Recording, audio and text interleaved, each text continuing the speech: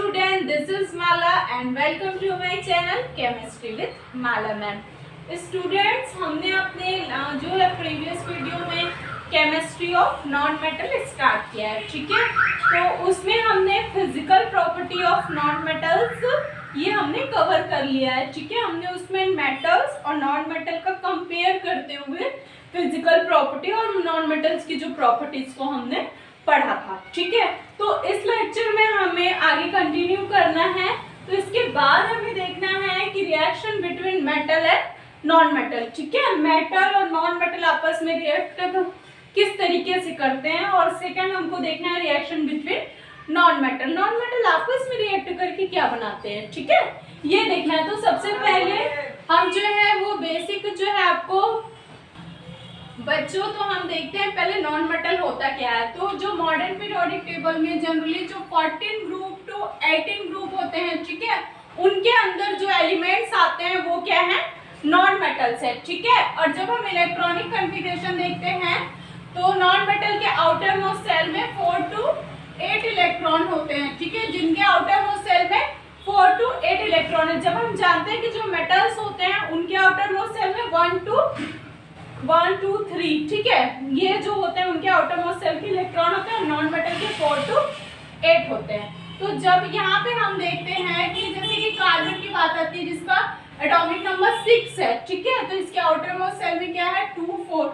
Nitrogen की बात करते हैं जिसका एटॉमिक नंबर 7 है, तो इसका जो है 2 और 5, ठीक है, तो इसके 4 है, इसके 5 है, ये सब क्या है, नॉन मेटल्स है, ठीक है। इसके अलावा आप क्या जानते हैं कि जो नॉन मेटल्स होते हैं वो क्या करते हैं, इलेक्ट्रॉन गेन करते हैं, ठीक है। नॉन मेटल क्या होते हैं, इलेक्ट्रॉन को गेन करते हैं। तो ये आप लोगों को क्लियर हो गया होगा, ठीक है। अब हमको देखना है कि इनका रिएक्शन। तो नॉन मेटल क्या था आप डिफाइन कर सकते हो, ठीक है, कोई भी आपसे पूछे तो आप बता सकते हो, ठीक है। मॉडर्न पीरियोडिक टेबल में 14 टू ग्रुप 14 to 18 के अंदर जो एलिमेंट आता है वो नॉन मेटल होते हैं। उनके आउटर मोस्ट सेल में 4 to 8 इलेक्ट्रॉन होते हैं। वो क्या करते हैं, इलेक्ट्रॉन गेन करते हैं, ठीक है। आप एग्जांपल के थ्रू भी उसको बता सकते हो। अब हमको देखना है कि reaction between metal and non metal. तो जो बच्चों यहाँ पे देखो, एक हमने मैग्नीशियम लिया है जो कि सॉलिड स्टेट में, जो कि एक मेटल है, ठीक है। अब हम उस मैग्नीशियम का रिएक्शन ऑक्सीजन जो कि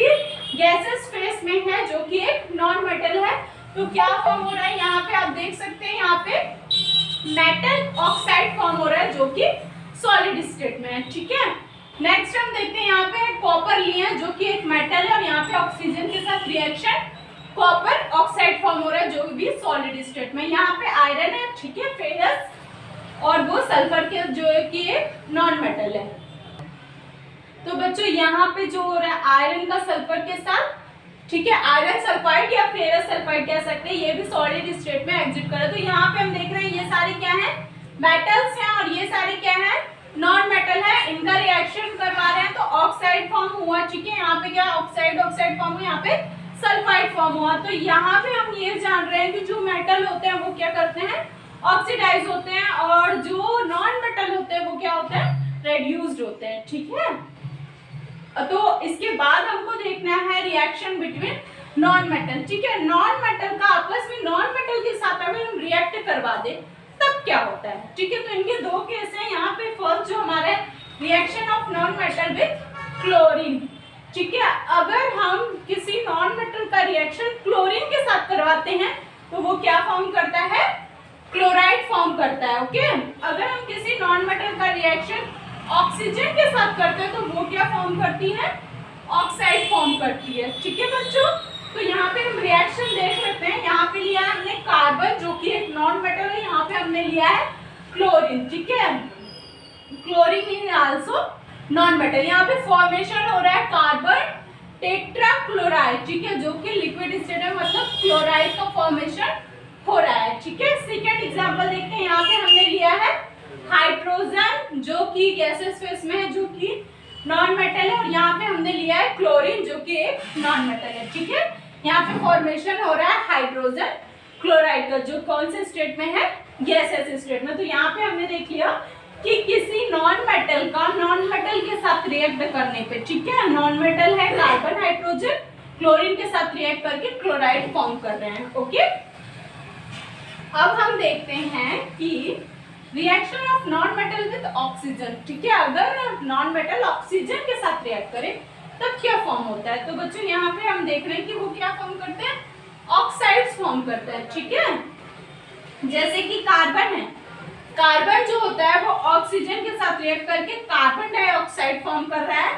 सल्फर है जो कि ऑक्सीजन के साथ रिएक्ट करके सल्फर डाइऑक्साइड फॉर्म कर रहा है। तो ये जो हमारा था, ठीक है, नॉन मेटल का नॉन मेटल के साथ रिएक्शन, ये यहीं पे फिनिश हो रहा है। एक चीज और बताना है आप लोग को, यहाँ पे आप देख रहे होंगे कि हमने सल्फर के बाद ऑक्सीजन को लिखा, यहाँ पे आप देख रहे होंगे कि हमने जो है कार्बन के बाद क्लोरीन को लिखा। तो ऐसा क्यों होता है, तो बच्चों ये जो होता है वो इलेक्ट्रोनिगेटिविटी के कारण होता है, ठीक है।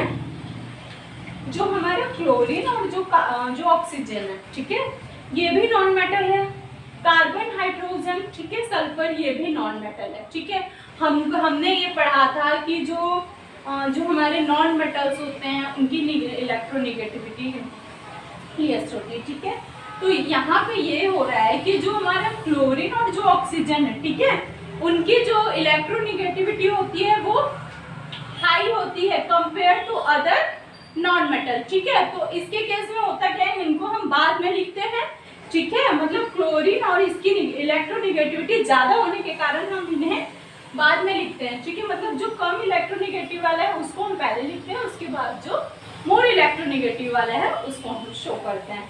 तो आई होप कि आप लोग को ये समझ में आया हो, ठीक है। आप लोग को ये रिएक्शन जो है वो कोई ज़्यादा तो टफ नहीं है, बस आपको एक इमेज इसका फॉर्म करना है अपने माइंड में, ठीक है। और इसके बाद जो है हम सम नॉन मेटल्स जो हैं उनको हम डिस्क्राइब करेंगे, ठीक है, जैसे कि हाइड्रोजन, नाइट्रोजन और ऑक्सीजन को, ठीक है। तो ये वाला वीडियो हमारा यहीं पे ख़त्म होता है। Thanks for watching.